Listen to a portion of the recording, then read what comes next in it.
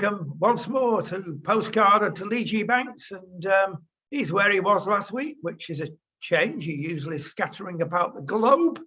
We're where we were for the last few weeks, and that is in the foothills of the Sierras. And we've had some rain, as you know, Leigh, and it's put the fires out. Brilliant. Exactly. We've got a picture of the Black Hills of Malaga on the front page of the Preservation Society. If people want to go and have a look, it looks quite dramatic, but it's a good job everything's over, and you survived quite well without actually having to flee, even though at one point you thought you would. Yes, it was getting a bit that way, and they got, well, 1,000 and odd people. Some people say a lot more than 1,000 and odd were displaced, and they've got to go back and sort out the homes, which is going to be a monster job. It's like a flood. People say, oh, the flood goes and it's all right. No, it can be months and months and months. Same with the fire. Anyway, listen, let's look for the I say good news. No, it's not. It's bad news, really. We keep talking about control on this program. We don't like being controlled, but they're getting at our cars, and they've done it, as we mentioned last week, with refraining your heavy right foot and constraining yourself that way. But now America has got the ultimate, and I don't know whether it's a good idea or a bad idea. Because what they've done is, if you rent a car or buy a car on a long-term loan, they put a chip in it. And if you don't pay, if you miss one of your monthly installments, the chip shuts the car down. You can't get in. Is that a good idea, or is that the ultimate big brother? I suppose really it's I suppose it's a good thing, really. You know, theft of any kind has to be wrong. It is wrong. It's just not right. And if you can stop somebody nicking your property that's been sold to them on a long-term loan, yeah, that's fine. If somebody's not paid for something, why would they have the right to use it? There is a move in Britain. Well, it's not a move. It's actually happened. And somebody has been taken to task for it. And that's on rented property, you know, rented houses and things. That if you don't pay your rent, the landlord can change the locks for a thumbprint lock, and which means that the person who has defaulted can't get into the property they rented. Now, I think that's wrong. People who make a mistake and miss a payment on the rent can't be banned from that, can't be kicked out on the street. After a certain period, yeah, they can, if they've gone on for 6 months or a year.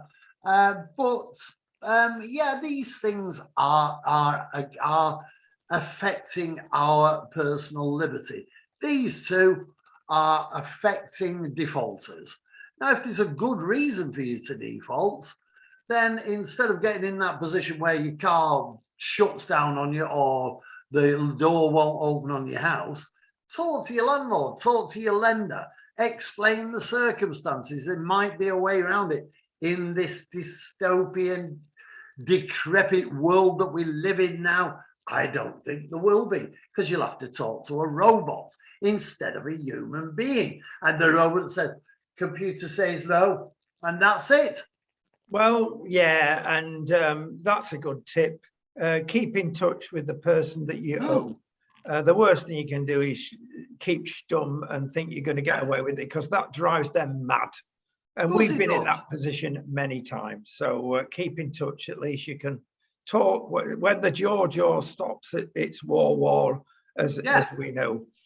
And talking about control, something's coming to light about the banks in Spain, because there's been a lot of takeovers, a lot of acquisitions, and a lot of mergers, and it's not good. And what it's meant is that there are 4 banks in Spain now.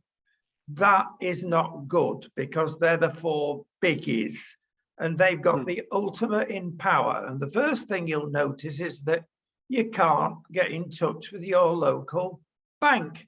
you've got to go through a central in Madrid, for example. Yeah. And it's so frustrating. And that competition is the only thing that keeps us going. If you want to live in a non-competitive society, try China and others, North Korea or whatever, but you wouldn't stay there for very long. So anything that cuts things down, Leigh, is not good.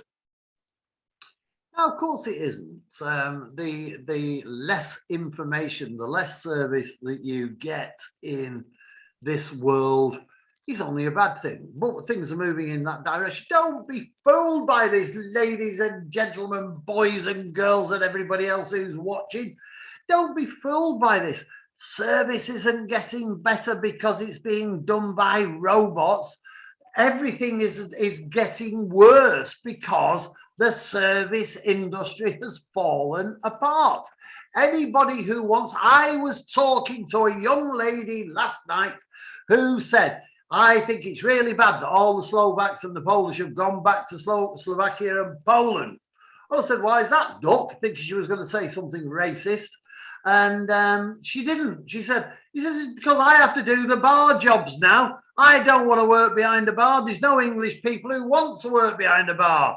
It was brilliant when the Slovaks and the Poles were here. Well, that's what the service industry is about now.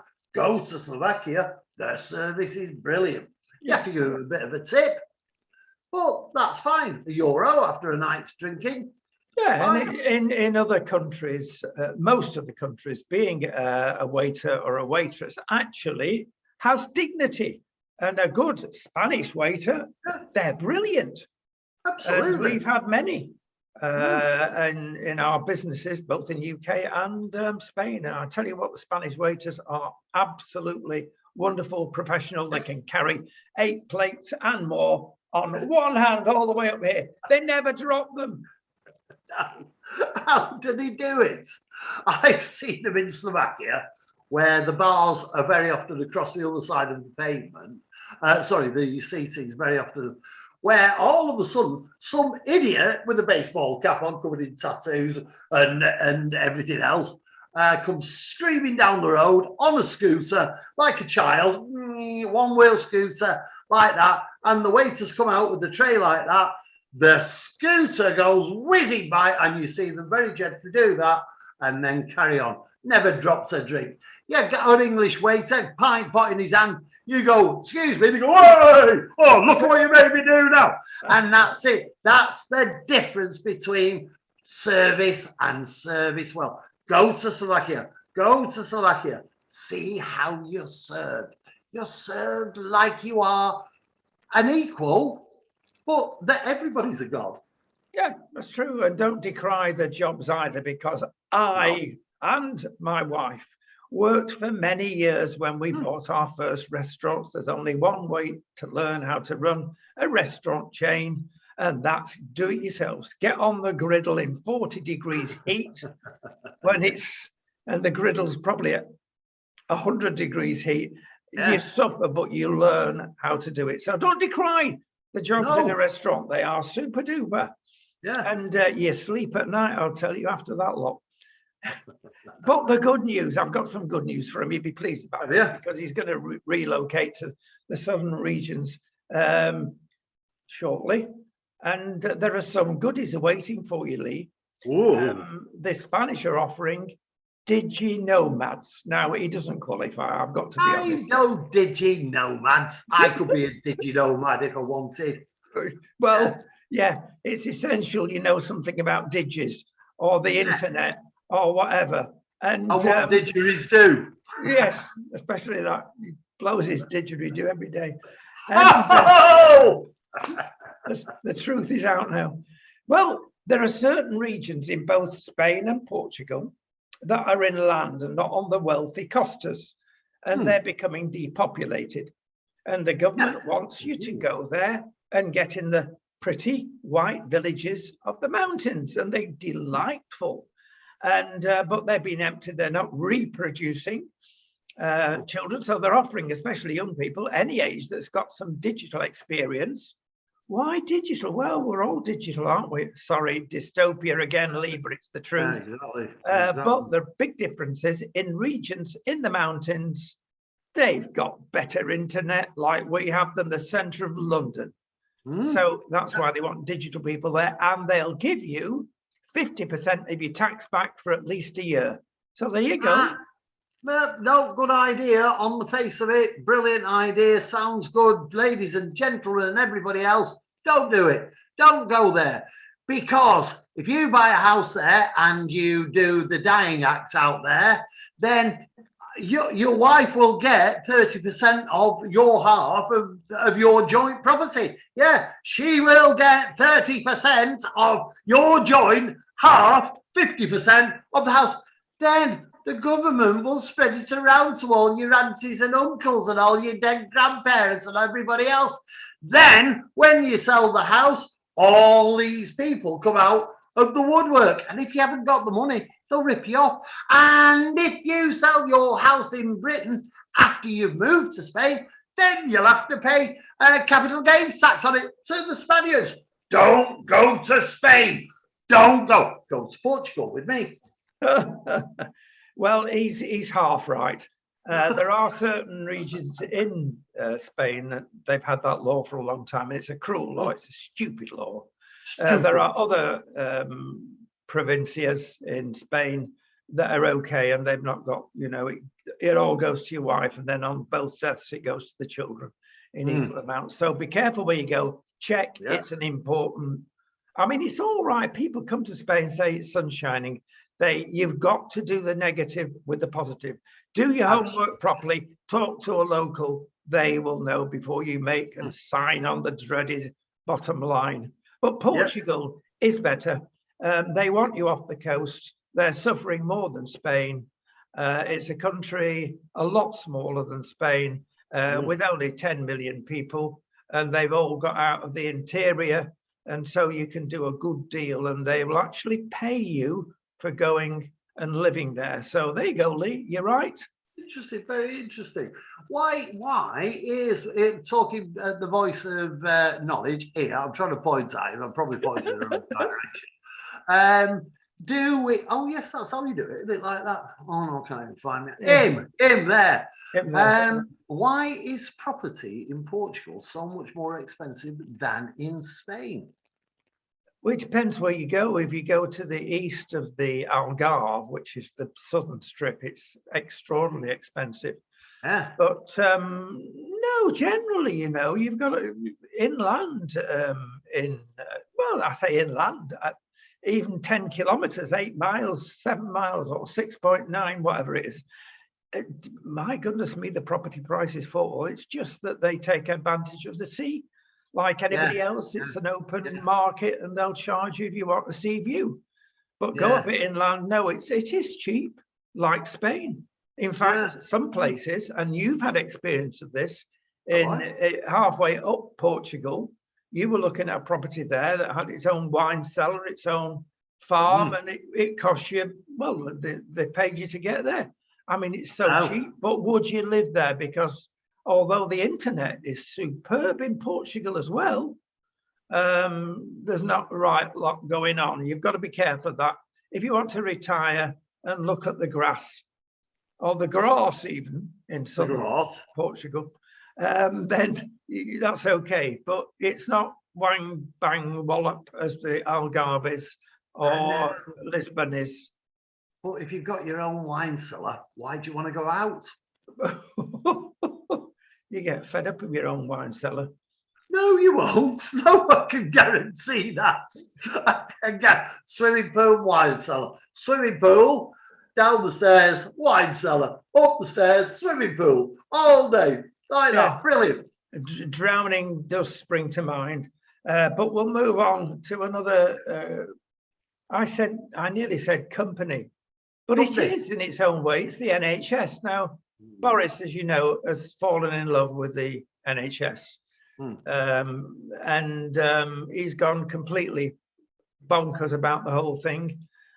He's fallen in love with Portuguese nurses as well, because he was rescued by a Portuguese nurse, male. And I think a New Zealand lady were the ones that were nursing him through the A COVID little lamb. experience.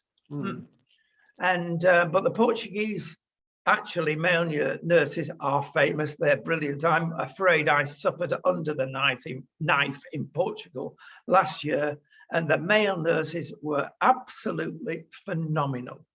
So they are some of the things we can do, which we normally traditionally say are for ladies. But I don't know, perhaps it's different nations, horses for courses, but they're cracking.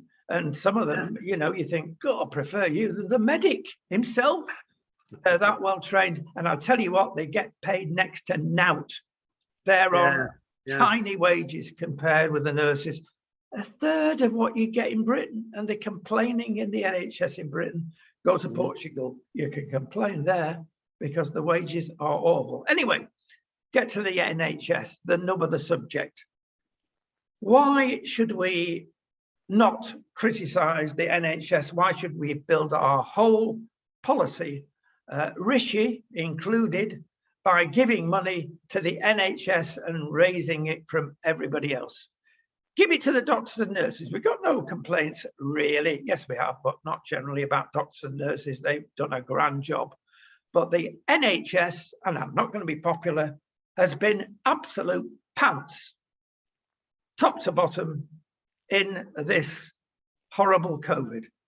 And look at the statistics. Why has Britain got the highest figures practically in the world per capita, and certainly in Europe? There's a lot of reasons that we can go into, which we'll manage in due course. But the management is atrocious. The way they've set it up now is awful. Pull it down and start again. Get the courage of your convictions. I've just been listening to a charming MP, and he said he's not Tory. I'm not going to be called Tory. I'm more of a liberal conservative. But he's the blue in Britain. And it was a fascinating interview. He happened to be a Christian MP, which has given him a humble, soft heart, but a strength within him to face down people that he doesn't like in his own party. And he's been in trouble, and he was removed, Steve Baker, the name, he's been removed from a ministerial position because his conscience would not let him do what Uncle Boris wanted him to do. Good on him. It's a pity we've not got more MPs like that. Yeah, it is a funny thing. I think generally people, I adhere to the concept that a man who needs power is a man who is doubtful of veracity. And a person who wants to be powerful in politics has to be somebody who has the power of oratory without the power of veracity.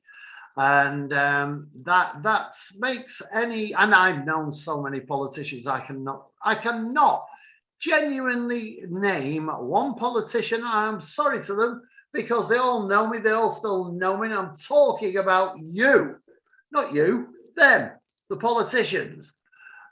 You know who you are. You know who I've interviewed. You know who when you faced me.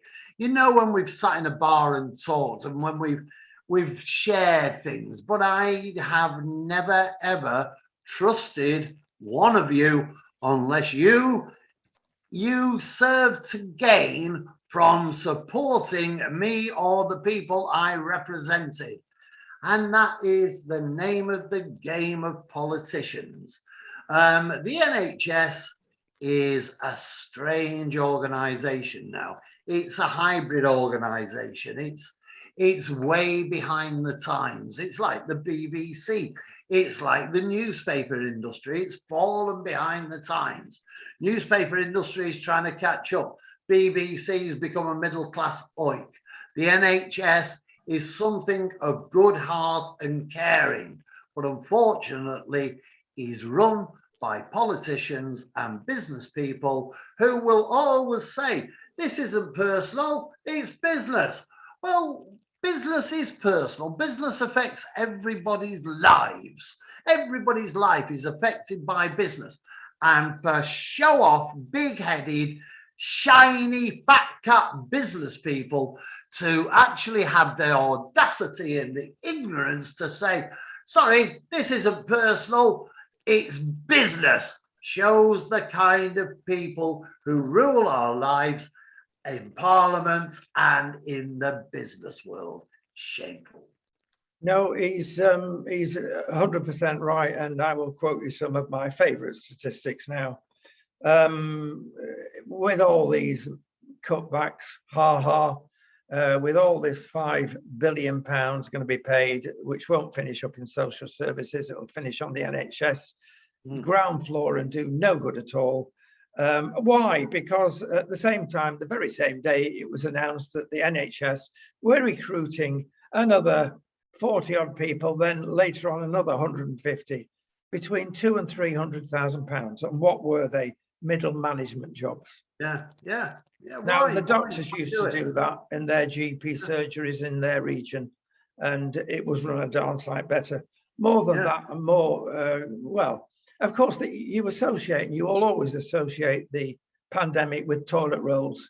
Every time there's a spike, the toilet rolls fly off the shelf. And guess how much that the NHS procurement people pay for a toilet roll? I mean, one, not a packet, one toilet roll, 60 pence. Now, you couldn't go to Harrods and pay that much for one toilet roll. You can get a dozen for about £3 or £4. You don't get one. Now, that illustrates, Leigh, if you wish, everything about the NHS. It's appallingly run. Nobody's running out of money. And apart from that, they are spending money on people giving guidance. And would you believe, to the nurses union and every nurse, there's been a blog circulated them, and I'm going to read it. And it says, white nurses, you should feel uncomfortable. Study your privilege. What is that about if it's not the wokest thing that's ever been said? Who said it? Who's actually said it? This is the think tank. God. Bloggers, I call them something else beginning with B, certainly not bloggers. I mean, and money's being paid to these people to make them feel guilty. Oh, we're white, we must feel guilty. Rubbish. Nobody should feel guilty about who they are and where they would, or where their ethnicity lies. Nobody should be guilty of anything in that case. I've heard about these sort of things going on. Yeah, it shows this strange. I was talking to somebody this morning, and I completely forgot who it was. Very nice, pleasant young lady. Oh, it was the glorious Andrea. I've just remembered. And we were saying that she remembers in the 60s, when she was very, very young, that black people were abhorrent to the British people, and that in the 80s and 90s, particularly the 90s, that she thought all that had gone, that people had grown up and that there wasn't really any great racism in Britain. But having travelled Europe for many months or years now and come back to Britain, it's back again. It's back. It's returned. And people are hated for who they are and what they are and where they come from and how they look and how long their hair is, what colour their hair is, how they speak, their accents. It's a bad, bad world out there now. And places like the NHS should really be railing against that kind of thing and not supporting it through a think tank. And no, it causes divisions, all this. Yeah, of course it does. Yeah, it does. Yeah. Well, look, you mentioned the BBC in your last tirade, so I'll link it up because they've fallen down the trap. Believe it or not, they spend 100 million a year on diversity. 100 million a year on oh my giddy aunt. And Yeah. you see it on adverts. That's the other side, not the BBC, because they don't have adverts yet, except if you're abroad, then you have adverts. Yeah, exactly. This is the way we're going. I've seen another one of our classic ads this week, and it was don't know whether it was, I can't remember, it was a furniture advertisement or something, but they have every possible human being from every diversity on the planet. And the center of this adverts were two lesbians kissing, open mouthed, tonguing even. Sorry, little ones, big ones don't understand that. And I thought, what a load, that is just rubbish by somebody that's at the top of a company wanting to be inclusive. They're not wanting to be commercial because 0.05% of people in Britain are probably lesbian.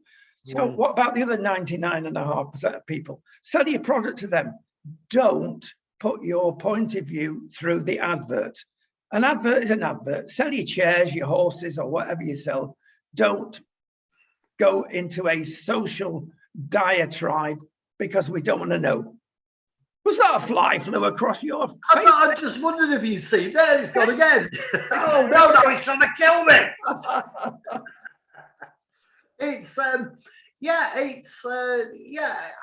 I have a different, but having worked in the advertising industry for a long time, and having spoken with a good friend of ours to be very soon, Bob Morey, who's a Hollywood film editor and director, who hopefully is going to join us. He's already involved with the Leigh Banks Preservation Society, and he's if he can survive that, Leigh, he'll survive anything. Yeah, exactly. He spent 15 years in the advertising industry. I was closely allied to the advertising industry for a long time, and the workings of the advertising industry haven't changed. As an industry, it needs to jump on the back of what is current, what is fashionable, and I use the word fashionable advisedly at the moment, in this case anyway. What is fashionable, what is current, what is controversial, what is interesting, what is a prime mover. And all those things have to be taken into consideration.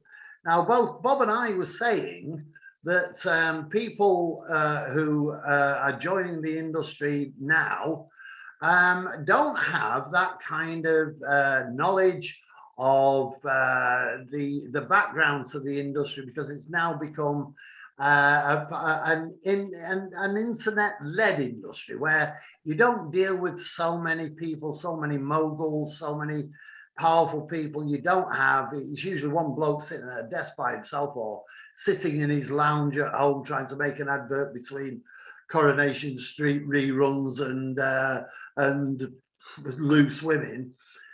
So the input is cut down, and people are over exaggerating the necessity for this inclusivity attitude towards things.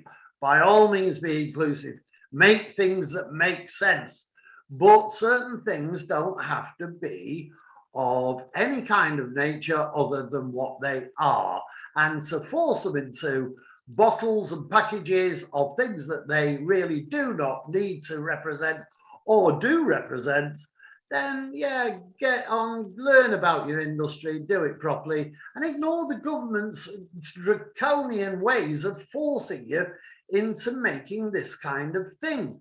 The BBC, as our state broadcaster, now how many democracies have a state broadcaster? Isn't that an oxymoron, which isn't a thick bull?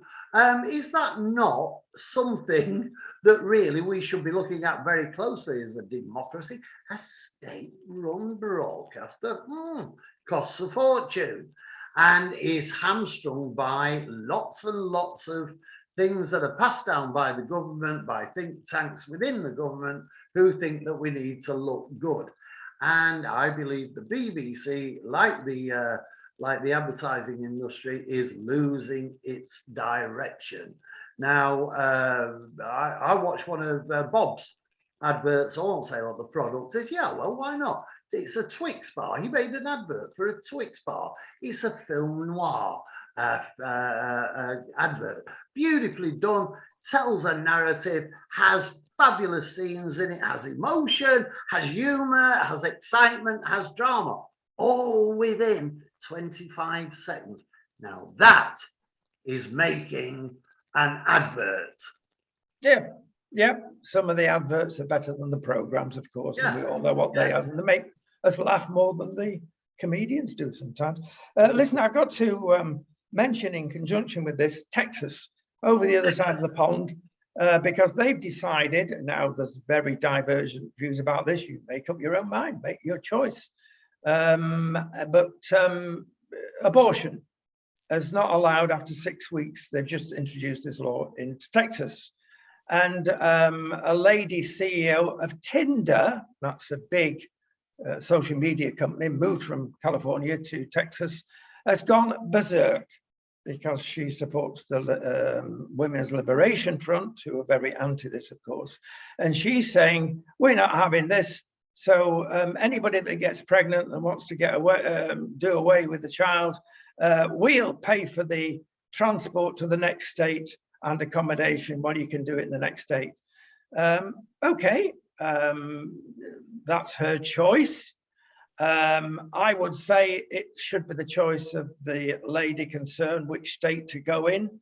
It's got nothing to do with the employer, and she should not be making social decisions on behalf of her staff. It's quite independent, but like we've just mentioned, the woke companies, and there are many, are coming out with their own social preaching. Keep it to yourself, sell your Twix bar. Exactly, yeah. I know where you're coming from, and I sympathise with.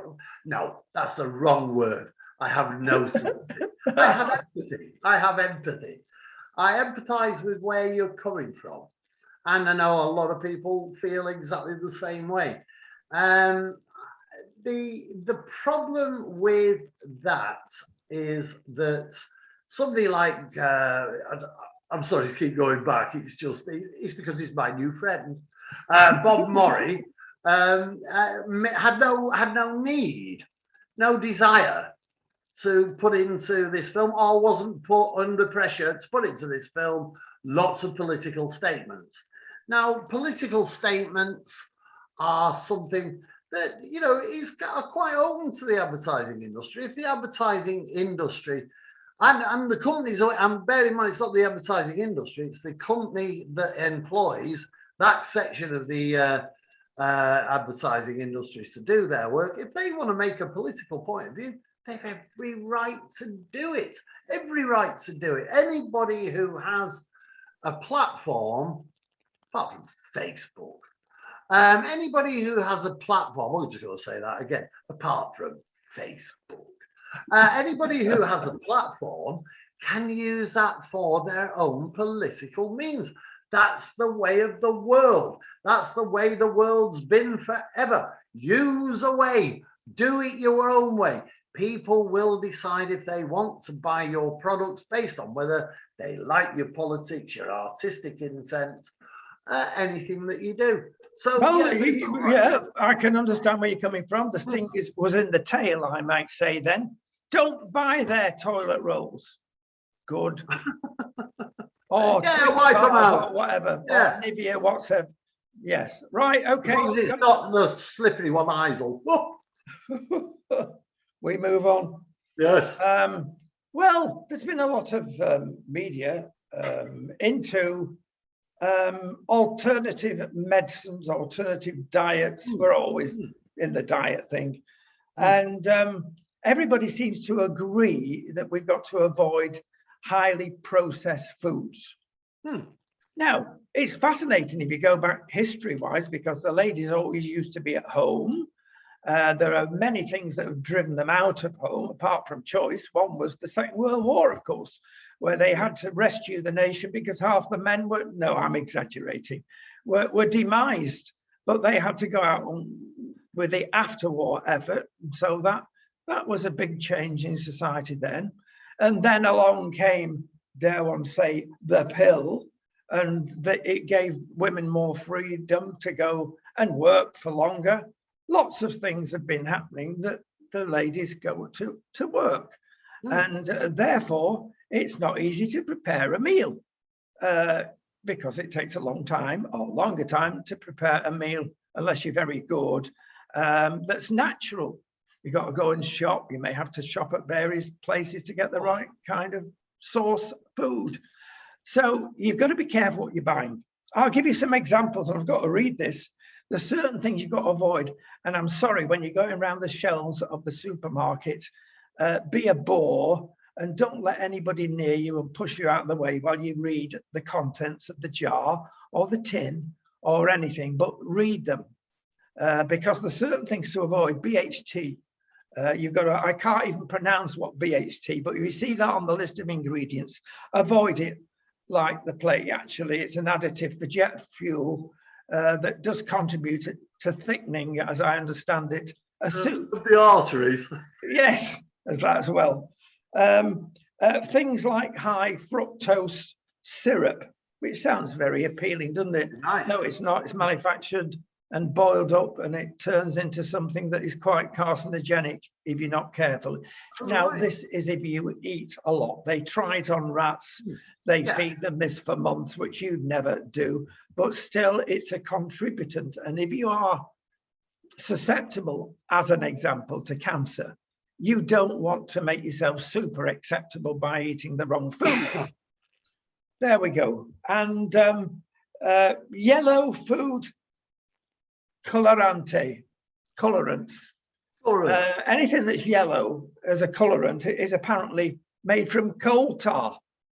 Really? Well, I mean, I don't think everything is, but you've got to watch that. So beware of that one. Beware also of these clever salad dressings, because there's a lot of stuff in there you don't know about. In fact, at this stage, let me point one thing out as a tip to everybody.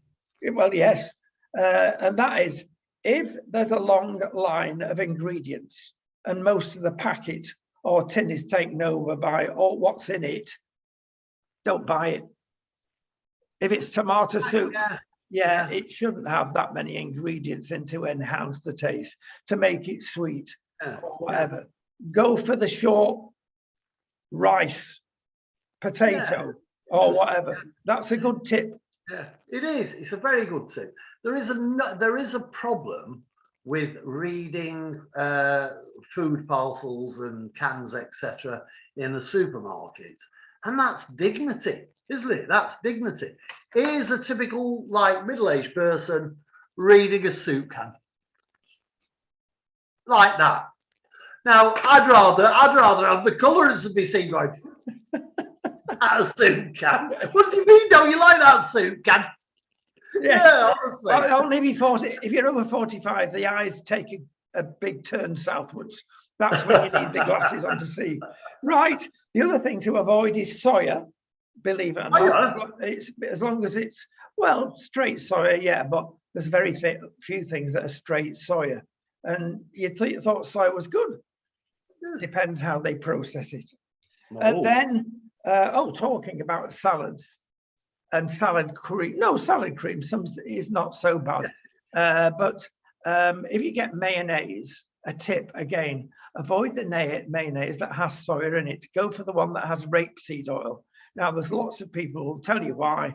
I can't, but it's a good tip. In general, seeds are a lot healthier than other derivatives. So corn oil, because it's from corn kernels, if you wish, is healthier than other things that are made. Palm oil, of course, the big thing there is that it's destroying our palm forests rather than being particularly bad for you. But rapeseed oil, and it's pretty in the fields, seems to be a good egg. Sunflower oil as well, because it's from seeds, of course, those beautiful things. So if it looks beautiful in the fields, like he does, then he's probably good to eat. We should not. Thank you very much. Thank you very much. Yeah. No, I agree. It's my diet since we returned to England has consisted of, I'll try and run through it very quickly. I've had meat and potato pie, chips, peas and gravy 3 times. I've had Indian curries 1, 2, 3, 4, 5, 6 times. I've had big double burgers probably twice. Kebabs probably 6 or 7 times, and pasty and sausage rolls just by the million. Children, turn this program off before he finishes. I feel wonderful. I feel absolutely wonderful. Yeah, I feel better than I've felt for 4 years abroad. And that's because I'm eating proper British food. It's shameful. There's lots of people that say foods that purport to be bad are bad. They're not. I'm completely biased, of course, on this because we do have a number of fish restaurants. But even fish and chips once and twice a week is okay, as long as it's cooked properly. Don't eat them every blooming day of the week. But the modern fish and chips, which is not cooked, of course, in the old-fashioned, ugly, terrible beef fat, is okay for you. It's a darn sight healthier, it's been proved, than an Indian. And coming, yes, I'm sorry, and I love Indian food, but if you look at what's in it, it's healthier. And the beef steak, actually, with a few vegetables, as long as it's not too fatty, although there again, if you go for the Japanese beef steak that costs about £1,000 a kilo, and I exaggerate, but not by much, that's full of fat, it's apparently good fat. So, and it's tender and it's tasty and it's wonderful. So beef with the proper appropriate vegetables is not as bad as it sounds. It's okay. It's a balanced diet in all these things.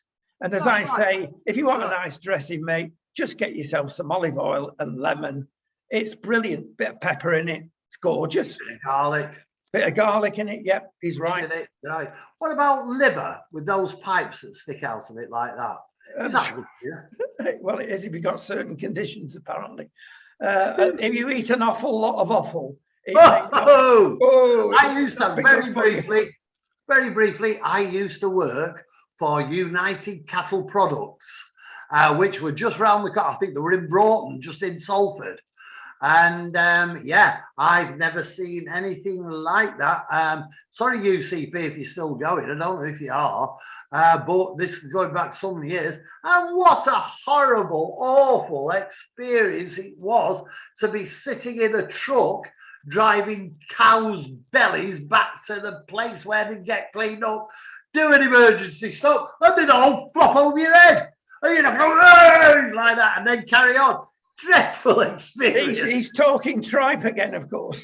Yeah, I like tripe. Do you know, if we experimented and we had almost had a very good deal going with UCP, because apparently tripe takes the taste of any food stuff that it is left near. We made beer tripe. It was incredible. Yes. Well, yeah. With tripe, of course, traditionally vinegar. But if you get cider vinegar, it's actually good for you and it helps you slim even. Yeah. Not the ordinary vinegar made out of malt, and even the wine vinegar is not all that great. But cider vinegar is very good for you. Some people take a spoonful in a glass of hot water for breakfast. Ooh, couldn't fancy that. But apparently it's good for you. Yeah, I will have heard that. I don't like cider of any form, though, so I don't. Oh, no, it doesn't taste like cider. It tastes like vinegar. Yeah, it does. Cider's a bad thing. Cider's a bad thing. It gets in your bones. It gets in your bones. Yeah, I shouldn't drink cider. Right, I'm going to make him think now. I've got some more stats. In America, the black community, especially the West Indian and African community, are getting really bolshy. And whereas up until the pandemic, 3% of them homeschool their kids. Now, this is a fantastic statistic. It's gone up to 16%. Now, the pandemic has sort of aided that, but the real reason is they don't want their kids being schooled in the state school system. And the same thing is happening in Britain. No stats yet, but they will come out shortly, because of what the LGBT community are doing in both countries. They're insisting on their form of philosophy to teach kids that it is quite normal to be trans, it is quite normal to be in various states at a young age, and actually encourage it. And the West Indian and African community in America said, we're not taking our kids to state school because we object to what they're teaching. They've tried to turn the authorities around. No, they won't. In Spain, of course, they don't allow you to keep the kids at home. There's another problem. But there again, there's the voter voting with his feet. We've had this conversation over the years on a regular basis, and I've had to disagree with you generally about the philosophy behind LGBT and various other kinds of lifestyles being taught in schools. I think they should be taught in schools. I think it's important. I think it has to be controlled, and I think concern over age, sorry, not age concern over age is a very strong factor in that. However, when 2 or 3 weeks ago, the Nicola Sturgeon fraternity introduced the right for children to identify their own gender at a very young age without consultation with their parents, I started to take it very seriously and started to investigate. Now, the general gay, bisexual, lesbian communities within our society are as respectable and as honest and straightforward as any heterosexual community. There are, however, very powerful and influential elements of the politicized aspect of their world who are gaining more and more ground in an area where I believe they should be steered away from, and that is the education of our children. Every child has the right and will experiment in its sexuality sadly, from a far younger age than in your generation and mine. It now becomes less and less. There is a barrier age where you can experiment, and it's to do again with pornography on the internet, content of films, etc. And it has become a dangerous situation. And yes, it needs to be looked into, but not by people who will automatically vaunt this. And this is going back to like we were saying about advertising, who will see it as a good thing without consideration and without thought and without investigation. We need to investigate these kinds of things that are going on. It is frightening that children are being allowed to make decisions now that you and I would never, ever have been allowed to, or put in a position to make. The inclusion in literature, film, educational material is a different thing in a way, because there is a need to teach about diversity. Diversity is a good thing and we need to understand it. But when that diversity takes on the shape of shape-shifting for youngsters between moralities and sexual experiences, I am shocked and not say surprised, but not in a good way, that the actions of certain authorities and government ministers within the UK and America and other countries today who are allowing freedoms that I can't see should be allowed for children of a very young age. Yeah, it's very frightening indeed. Yeah, you're right. Keeping on the black-white issue, how about the All Blacks that we've feared and respected, the New Zealand rugby union team, and nobody's had any problems with that. And there's been the All Whites, that are a cricket team in New Zealand. But suddenly the powers that be say, oh, we want, in the interests of inclusivity, we've got to rethink that name and we're not going to be called the All Whites. Leigh, we've had a word about, on a number of occasions, the lady in charge of New Zealand and what she's up to. This is all part of it. It's crackers. You and I don't see black, white, green or yellow. We see a person. What's up with these people? It is a strange thing, and again, this is the madness of our world. But it isn't a new thing. It's not something that's just happened. There has been a long move to get rid of the words black and white. It's in black and white tellies. They've gone. It's one of those things that I can't understand it. Yeah, there are black people, there are white people, there are people of myriad colours in between. What's wrong with that? What is wrong with that? There is a pub in the village near where we used to live in the Midlands, very close to Ozzy Osbourne, where I used to spend many of a happy hour trying to understand what Ozzy was saying because he was so drunk and spoke in a Midland accent.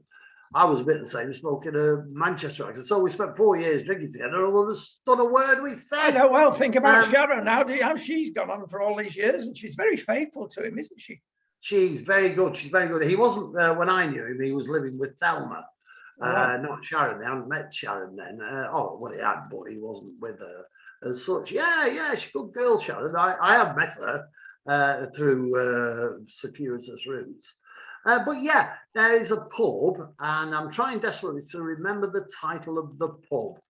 And I can't remember it exactly, but it had a black boy in the pub name, right? Well, that name's gone. They've taken it down. They've called it something like the Fox and Pheasant. And it's happening with the same name in a different village. Well, why? What is wrong? What is wrong? Why is it an insult to have? I'd love a pub named after me called Little Leigh's Pub. What is wrong with naming a pub after some historical event that took place in that town and or in that village and became? I just had to try and kill a fly on my head. And I've given myself a headache. But it's probably easier to have a bath, Leigh. Have you ever thought about that? He's due to living in the countryside next to a massive lake and 5 million moo cows. You can't take the black and white out of life. Yes, all right. Yes, I sympathise because at this time of the year we've had some rains, as we mentioned earlier on here, and the flies come out. We once lived on the top of a Welsh hill. And for 2 months of the year, you could not go a walk without an Australian hat on, with the one with the corks down to keep the flies.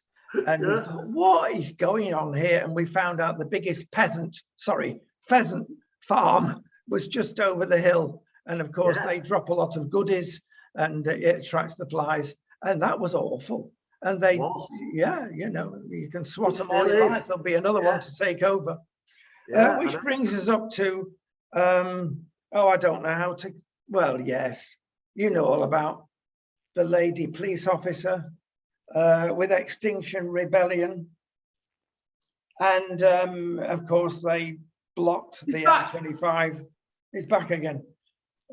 Yes, it's got a bit more go than this lady police officer. I mean, there they were blocking the A25, gluing themselves with super glue to the floor. And then I don't know whether you saw the clip, the police came along and got all the special tools out and the special soap to sort of what only in Britain. And then the madam police officer came along and said, well, tell me what you need and I'll help you and get it for you. Well, if I'd have been glued to the floor, I said, can I have a cup of tea? And if you've got some biscuits, what a way to police. This is all part of the bending the knee that those police officers did in London about 12 months ago. It's all part of our policing. I'm sorry, that would not go on in Barcelona, Madrid, or Lisbon.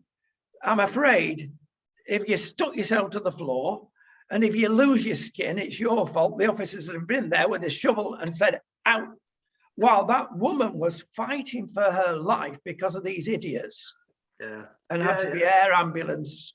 That's the people we should be concentrating on, and all the other people that couldn't get to work, including doctors and nurses, for these Extinction Rebellion lovies, because that's what they are. Lovies. That's a good description. I have to say, a very good friend of mine, Mike Parry, he's well known on British broadcasting. He was the man who brought sport radio. Created it many years ago. I knew him when he worked on, I think it was the New York Times. And he had a massive rant last week on the first of these protests. And he was absolutely right. We're talking about insulating buildings. I think there's 16 million buildings in Britain that are actually insulated properly, and that's because of government action and local authorities and also private individuals who actually put their money into protecting the properties. Now, perhaps it's not a massive amount. Perhaps we could do better. Modern properties, I believe, are becoming properly insulated now. If you go to the great Slovakia, their properties are so well insulated automatically that they don't have a problem with insulation. It's amazing. So it is possible to do. But for a woman who was investigated by, I'm not going to name the newspaper because everybody will go up the wall and you can all get lost. It was the Sun. She was investigated by the Sun. I think it was the Sun. And it was proved that she lived in a house that had barely any insulation at all. Well, what is she doing? Getting out there and stopping motorways? Why don't you go home and fix her own house first?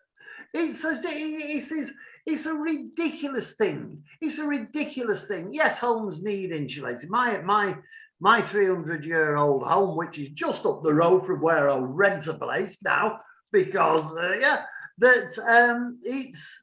it's so uninsulated, it's ridiculous. But it's 300 years old. It's cost me a fortune to fill the loft with stuff. It's cost me a fortune to have stuff nailed into the walls. It's cost me a fortune and I'm still going.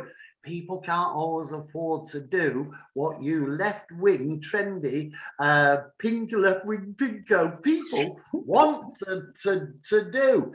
Get out. Why don't you just do something like a roll of insulating stuff? Doesn't cost you a lot of money.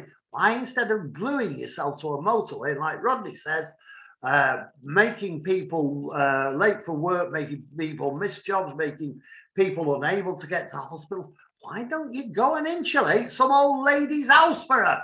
Do something proper. We think you are maniacs. Yeah, indeed. And policemen and women, wake up. We don't want this happening again. The soft touch don't work. You can't chop their hands off because they're idiots. Well, you're not living in ISIS land. No, they won't miss a few layers of skin, Leigh. Come on, let's be factual about it. Listen, we've got to go. Time has gone, but we're going to go out on GB News, right, which is making an impact despite what they've had against them.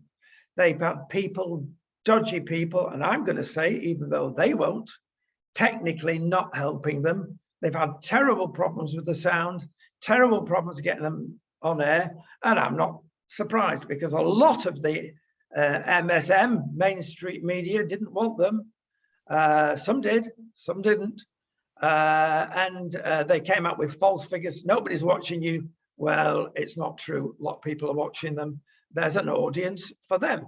But Andrew of Neil fame, plenty of background there on Andrew Neil, set this lot up. And he's no longer there. Now, we thought, is he poorly? Does he need a rest? Lots of things going around. But it appears he's had a barney with one of the the chief exec. And maybe it's gone a bit farther than Andrew wanted it, to the right. Who knows? But there are things going on, Leigh. Have you got any inside information? Yes. Andrew Neil had this grandiose idea of creating this news station, and he did very, very well indeed on doing it. Unfortunately, because of non-mainstream media, because of stupid, lying, cheating Trumpian media, the world of real media is being ignored. It's in double take. You just go on to what I said, and the mainstream media has this tradition. And it's a tradition that's in there for a very good reason. And that is the first editor of any news organization always ends up being the first one to be axed. And it's because that editor has a vision, has energy, and has the chutzpah to get something launched and make it go in the direction that he wants it to go. But to be perfectly honest, how old's Andrew Neil now? 73, 76? 72, don't make him any older. Yeah, 72 is he? Yeah. But he's in his 70s. He's put a lot of energy into it. He's got a lot of other things to do. And I believe, very simply, and the general point of view within the industry is that he reached the end of the road, just like so many other editors do, including the grand Derek Jameson, including myself even, who, when I launched a magazine, went absolutely insane. The advertising aspect of the magazine, the advertising department wanted to take it over because they could see the advertising value in it. And that was me trying to catch the fly again. And he fell by the wayside, as most editors will. Now, politically, I can understand why he did while he was away on holiday. I don't think he was away on holiday. I thought he could see the writing on the wall, and he just moved out to let things happen. And it was a very clever move on his side, because he allowed the broadcasting unit to start to discredit itself politically. And then he came back, said, all right, we'll have a look round, now I'm gone. And the discreditation of that unit was to start to employ Nigel Farage, a non-journalist, a non-entity really, who, grand orator, orator, that's the right word, a grand orator, an intelligent bloke, a man of the people, but somebody with political views that I don't believe Andrew Neil wanted to have his name rubbing up against. And I think that's why he's gone. And good on him. And he'll still be out there, and he'll still be doing good work, and he'll still be making things happen. It's fascinating that the only interview in fact, that Andrew Neil's done has been with the saintly Nigel. So they must get on some of the time. I've interviewed plenty of people I don't get on with. It's not a prerequisite to I'm interviewing a bloke now. Should I name him? Should I actually name you, Colin? Who is it's unfair to say exactly what it is, because nobody really knows what it is, but he's trying to make people believe he is something that he isn't, aren't you, Colin? And he's not a man I like. I find him irritating. I find him very small-minded. I find him a bit stupid and a bit squeaky in the voice as well. Not but in that sort of manly squeaky way when people talk like that, and you don't really want to talk to him, do you? I don't like him at all, but I am giving him the opportunity. Talking to you now, Colin. You still have the chance to come and talk to me, and we'll put to the world the truth about what you do. Oh, this is all dark stuff. Listen, we'd better go before he's in trouble again. Well, in Leigh G. Banks' own words, he gets on with nobody. So you can understand what he said in the last few minutes. Leigh, it's another joy, and we'll see you next week. I know, yeah, I think that's really good. I've just noticed at the end, look, I've got a set of antlers. Well, you have horns, I thought, actually.